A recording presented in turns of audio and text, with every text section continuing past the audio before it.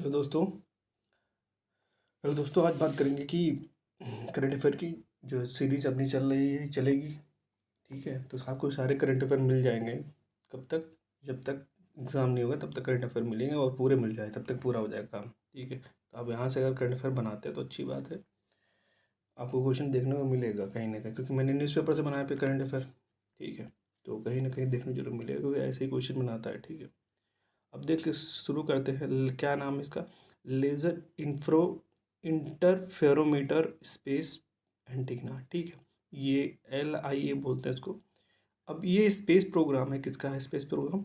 ये नासा का है। किसका है? नासा का स्पेस प्रोग्राम है। ठीक है, अब नासा का स्पेस प्रोग्राम है, तो इसमें कंप्राइज किया है, इनको कंप्राइज किया है तीन तीन स्पेस क्राफ्ट में। ठीक है, स्पेस क्राफ्ट कितने होंगे? तीन होंगे, और वो फॉर्म करेंगे, will form equatorial triangle in space. एक इक्वेटोरियल ट्रायंगल फॉर्म करेंगे, एक इक्वेटोरियल ट्रायंगल। जैसे तीन एयरक्राफ्ट हैं, ये एयरक्राफ्ट फर्स्ट एक 1 2 और 3, तो ये ऐसे स्पेस में क्या इक्वेटोरियल ट्रायंगल फॉर्म करेंगे, ऐसा कुछ है। ठीक है, अब जान लीजिए इसके बारे में। एक लीगो होता है, ये भी USA का ही है। लीगो क्या करता है? आइडेंटिफाई करता है gravitational waves and recorded signature of the two black hole. ठीक है, इन्होंने दो ब्लैक होल के बारे में बताया, और ये भी आइडेंटिफाई किया ग्रेविटेशनल वेव क्या होती है। ठीक है, ठीक है, आइडेंटिफाई किया था। ठीक है, स्पेस में एक होता है विर्गो। विर्गो इटली का है, ऑल्सो आइडेंटिफाई ग्रेविटेशनल वेव। तो आपको ये याद रखना जरूरी है कि कौन कहाँ से बिलोंग करता है और वो क्या आइडेंटिफाई करता है। ठीक है, सुनना है ना? तो ये डिटेल हो गई। ऐसे न्यूज़पेपर में आती है, और एक्स्ट्रा चीज़ें मैं नहीं ऐड ऑन करता हूँ, जो मुझे ज़रूरत लगती है मैं वही ऐड ऑन करता हूँ। फर्जी के भर दो, फ़ायदा क्या है ना? वो आया भी ना। देख लिया, ये देखिए स्कीम बहुत इंपॉर्टेंट है। क्या है? PM गरीब कल्याण अन्न योजना। PM गरीब कल्याण गरीब कल्याण अन्न योजना। ठीक है, ये स्कीम क्या हुई है? इस सब सब्ज्यूम्ड कर दी गई है कुछ स्कीम उनको, मतलब बहुत दो तीन स्कीम है, उनको जोड़कर एक स्कीम बनाई गई। तो कौन कौन सी स्कीम है जिसको जोड़ कर बनाई गई? स्कीम जो आती है NFSA, national food security act के अकॉर्डिंग कोई स्कीम आती है, तो किसके अंतर्गत आ जाएगी? PM गरीब कल्याण योजना के अंतर्गत अब आ जाएगी। पहले ऐसा होता था। ठीक, अब अंत्योदय अन्न योजना, ये भी इसी के अंतर्गत आ गई। और प्रायोरिटी हाउस हाउस होल्ड में जो आएंगी स्कीम, वो भी क्या होंगी? क्या हो जाएंगी? PM गरीब कल्याण अन्न योजना के अंतर्गत आ जाएंगे। तो ये सारी चीज़ें हैं। तो इन तीनों स्कीम्स को क्या किया गया? ऐड करके एक स्कीम बना दी गई, PM गरीब कल्याण अन्न योजना। ठीक है, आगे बात कर लेते हैं। प्रधानमंत्री जन मन स्कीम क्या है ये ये जो स्कीम है, ये लॉन्च की गई है प्रधानमंत्री मोदी जी के द्वारा, ये नवंबर 2023 में। ठीक है, ये स्कीम लगभग 20,000 करोड़ रुपए की है स्कीम। तो इसको बिल्कुल बहुत ध्यान से पढ़ लेना, क्योंकि लगभग जिसका बजट ज़्यादा होता है और वही स्कीम इंपॉर्टेंट होती है। ठीक है, और ये सेंट्रल सेक्टर स्कीम है। ठीक है, तो ये किसके लिए है? ये PVTG के लिए है। ये पर्टिकुलर वर्नेबल ट्राइबल ग्रुप्स होते हैं, उनके लिए बनाई गई स्कीम है। तो ट्राइबल ग्रुप्स के लिए बनाई गई है। कितने ट्राइबल ग्रुप्स हैं पूरे इंडिया में? 75 है। ठीक है, 18 स्टेट्स हैं, 18 स्टेट्स और यूटीज़ में ये लागू हो रहा है। ठीक, 18 स्टेट और 75 ट्राइबल ग्रुप्स है, 75। ठीक है, तो ये क्या करेगा ओवरऑल? देखिए, improve overall socio economic condition of the PVTG। क्या करेगा? सोशो इकोनॉमिक कंडीशन जो होगी उनको क्या करेगा? उनको क्या करेगा? ये उनको इम्प्रूवमेंट के लिए बनाई गई स्कीम। ठीक है, अब इसके बाद थोड़ा डिटेल देख लीजिए।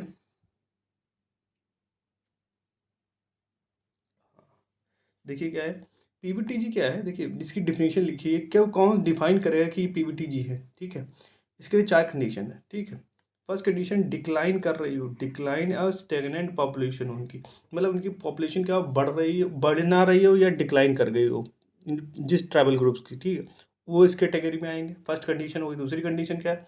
Use of pre agrarian technology. अगर कृषि के लिए वो प्री एग्रीरियन टेक्नोलॉजी को यूज़ करते हैं, तो भी उसको पर्टिकुलर वर्नेबल ट्राइबल ग्रुप में रखा जाएगा। ठीक है, और तीसरी बात है कि अगर इकोनॉमिक बैकवर्डनेस है, मतलब बहुत ही ज़्यादा गरीब लोग रह रहे हैं, तो भी वो इसी कंडीशन में, और उनकी लिटरेसी क्या हो? लो हो, तो भी इस कंडीशन 4 कंडीशन है, ठीक, याद रखना सबसे, ठीक।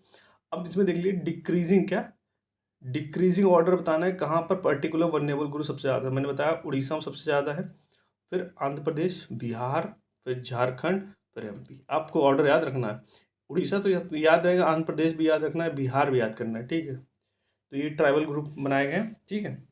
अब देख लेते हैं इसके बारे में थोड़ा सा और।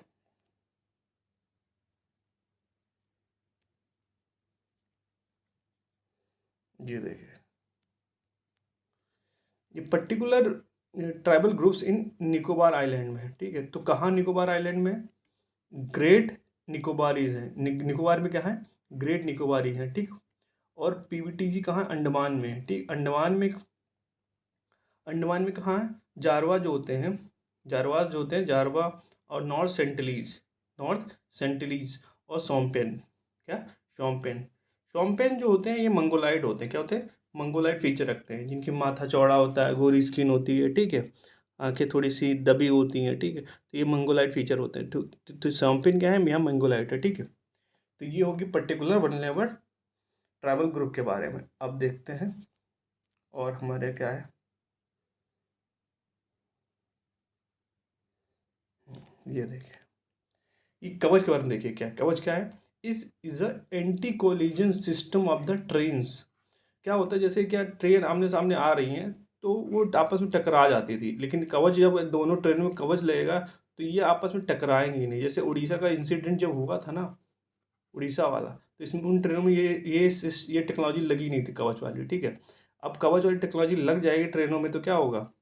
तो आपस में वो टकराएंगे नहीं, ठीक, उनका कोलिजन नहीं होगा, ठीक है। आमने सामने आ रही है तो मान ली टकरा गई, ठीक है, ऐसा नहीं होगा, ठीक है।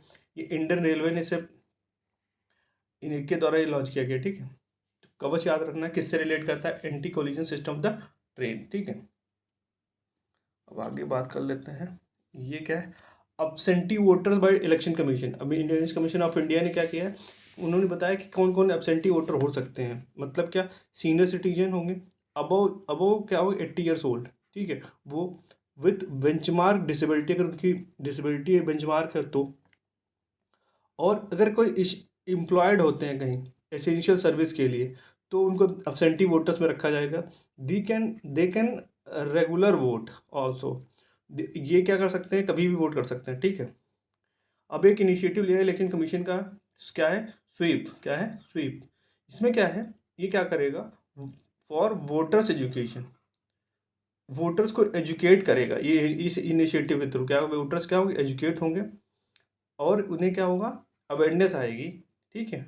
और वोटर्स लिटरेसी क्या होगी? वोटर्स की लिटरेसी को इनको इम्प्रूव करना है, ठीक है, कि उनको जानने को कि वोटर क्यों दिया जाता है, कैसे दिए, किस आधार पर देना चाहिए। तो ये सब चीज़ें, ये इनिशिएटिव लिया गया है, किसका है? स्वीप इनिशिएटिव, याद रखना है, स्वीप इनिशिएटिव किसका है?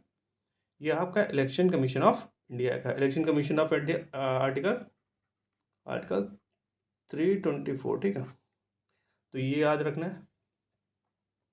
क्या ये 324 में क्या कराता है? फ्री एंड फेयर इलेक्शन कराता है election commission, free and fair election, free and fair election कराने का ये रिस्पॉन्सिबिलिटी होती है इलेक्शन कमीशन का, आर्टिकल 324 के रिकॉर्डिंग, ठीक है।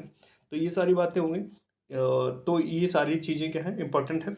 और मैं न्यूज़पेपर से ला रहा हूँ, तो आपको ये अभी तो नहीं लग रहा हो, जब आप देखेंगे ना क्वेश्चन पेपर, आप उठा के देखेंगे तो ऐसे ही क्वेश्चन मिलेंगे आपको, यही से क्वेश्चन उठाए मिलेंगे, क्योंकि लास्ट टाइम ऐसे ही हुआ था मेरे साथ, ठीक। मेरे को पता नहीं था मेरे नोट से क्वेश्चन आ जाएंगे, लेकिन क्वेश्चन आए, ठीक है। तो थैंक यू सो मच।